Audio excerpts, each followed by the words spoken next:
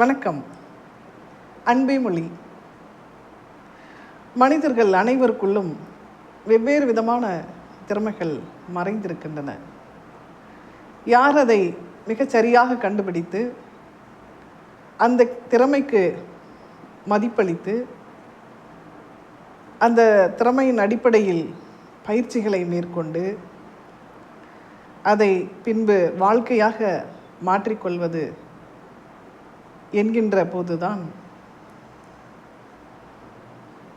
சரியான பாதையில், வெற்றிக்கான சரியான பாதையில் நீங்கள் சென்று கொண்டிருக்கின்றீர்கள் என்ற அர்த்தம்.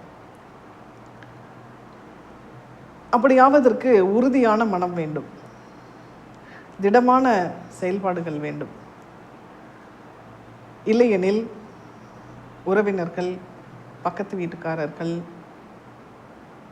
தெரிந்தவர்கள், உடன் பிறந்தோர் என்று ஒவ்வொருவரும் வெவ்வேறு விதமான சூழல்களில் பல்வேறு விதமான அவமானங்களையும் இடர்பாடுகளையும் ஏற்படுத்துவார்கள்.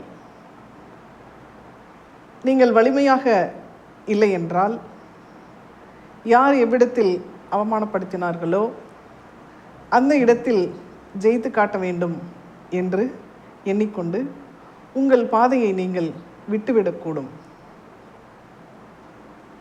யார் அவமானப்படுத்தினார்களோ அவர்களின் மனநிலையை நீங்கள் அளவுகோலாக கொண்டு உங்கள் திறன்களை மறந்துவிடக்கூட வாய்ப்பிருக்கின்றது.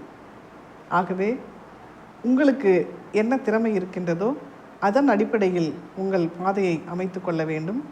எவ்விதமான இடர்பாடுகளும் அவமானங்களும் இன்னும் பிற நேர்ந்தாலும் கூட நீங்கள் அந்த பாதையை விட்டு செல்லாதபடிக்கு உறுதியான மனத்தை வைத்து கொள்ள வேண்டும். அதற்கு தியானம், யோகம் உங்களுக்கு கூடுதல் பலமளிக்கும். நன்றி.